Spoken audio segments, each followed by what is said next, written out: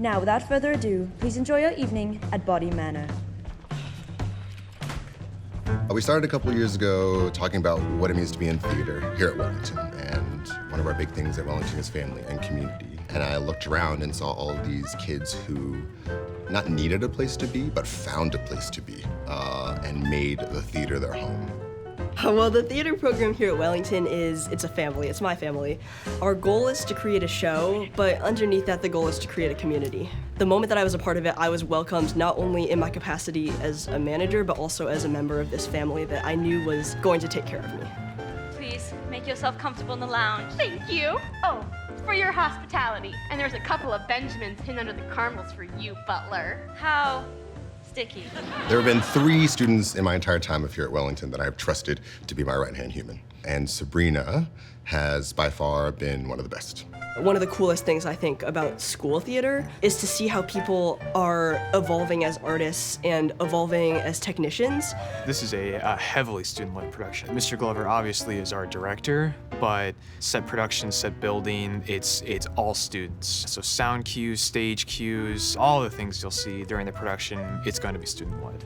There's a big student involvement. I mean, Glover is end-all be-all, but also Sabrina's our production manager, and at the beginning of every year, he says, if you ask me something and you ask Sabrina something, and we say different things, listen to Sabrina, because Sabrina's right. I watched Sabrina from afar, small school, so I've seen them be academically successful in a ridiculous amount of areas, and I said, I wonder if you'll do theater, because I need that organization in my life. So I approached, I begged, and then I asked to be our production stage manager, which is probably the most coveted job in the theater department because they are me when I'm not in the room. And it's really great for her peers to see that in a human that looks like them. This place, at the head of the table, is this for you? Indeed, no, sir, I don't sit. I'm merely a humble butler. What exactly do you do? I buttle, sir.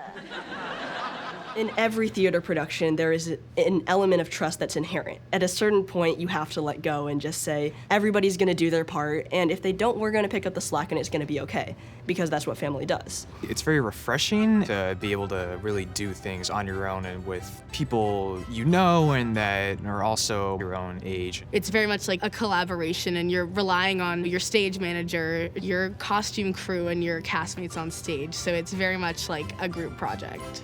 It has such a homey feel, doesn't it? Someone must have killed her! I didn't do it! Can somebody please help me up? Glover is depending on you. He has the vision, we have the nitty-gritty. You're the one calling the actors, you're the one calling the meetings, I'm the one running the production meetings, which is really cool to have that responsibility and to grow from that. We have 9 people who are on our production team, but those jobs gets handed down to another student. So take Maxwell Johnson, for example, has been our lighting head since I think he was in 7th grade, because I had a void and he came on for the middle school show. And I said, great, you know how to run a soundboard, it's yours for the next forever. And what's really neat is that this year, he is able to then pass that to his brother, who's joining us for the first time. My brother's a freshman, and he's done a phenomenal job so far. He's doing about as good as I was doing. So Maxwell is playing Colonel Mustard. Maxwell has been my soundboard op for the past 2 years, and it's really cool to see him on stage. And the way that he plays Colonel Mustard has evolved so much across rehearsals, and it's just been really cool to see. After looking down from the booth and seeing all those productions, you know, after so many years, I thought maybe I could try it out, maybe I wouldn't be so bad at it. And I'm not gonna lie, I was a little scared going from sound onto the stage. The transition honestly wasn't as harsh as I thought it was going to be. You know who. It's an acronym. Oh. I have a sister who was a gymnast. The chemistry on stage is just exceptional. Because the thing about Clue is it's a physical comedy, it's so fast-paced. If you don't know your lines, if you're not there, if you don't know your blocking, like, it falls apart. It's hard, but you've got to like emphasize the right things and know what's gonna make people laugh. I think it's definitely an art. What's the drive? It's a long haul. It is indeed a long haul, but then again, it's a very large house. This way, please. You know, you'll ask, oh, Glover, how should I do this? Or what should I do with this? And he says, make a choice. And it's really annoying in the moment because you're like, well, you're my director. I want you to tell me how to do it. But I mean, it helps you develop, you know, that character. Colonel Mustard is this big, bombastic, airhead type of character. He's the one to go charging into a situation, not knowing anything, with all the gusto nonetheless. I suggest we move the corpses to the couch so that they look less dead. The thing about Scarlett is that she has less to lose than the rest of them. So I think she gets to have more fun, until the bodies start dropping. Not me. You're not being blackmailed. Oh, I'm being blackmailed, all right, only I did what I'm being blackmailed for. So it's really fun to see how everybody brings their character to life and how you can play off of each other. Trying to build a character that you're playing, trying to memorize his dialogue, figure out what your character would do instead of maybe what you would do is honestly something that's very intriguing and very fun. I prefer Kipling myself. Do you like Kipling, Colonel?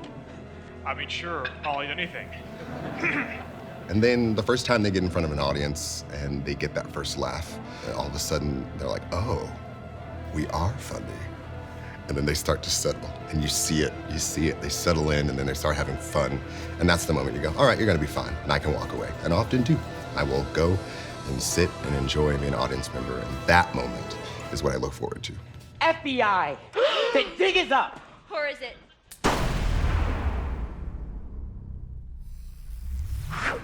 Miss me. Your FBI? Opening night is exhilarating. It's almost overwhelming, right? Because you know that there are so many things that could go wrong, but you're here and you're with your family and you trust them to do it right. That's what's magical about live theater. This moment right now with my people, I want to soak it in. Ultimately, my job is to make students better humans, and I'm immensely proud. They've already outgrown me, which is sad to say, but you're happy when you see it. Well, where is it? What, the body? What body? There's no body. There's nobody. Right. How much of an impact my theater community had on me when I was younger. I say younger like I'm not 16, but when I was a freshman, coming in and having these seniors who saw me and who understood me even when I might not have, and to know that if I stay, I have a chance helping raise this next generation, not just of techies and of actors, but of people. Like a family, we fight a lot, but it's because everyone's so passionate about what they're doing, and we all just want to get it right. And at the end of the day, no matter how stressful the show was, we're so happy to have done it together, and we all just love each other and are so proud of each other. The experience that I gain here is something that has an impact on me outside of this theater. I step outside and I'm bringing all that with me. And the chance that I might have that impact on even just one person that's part of what keeps me coming back.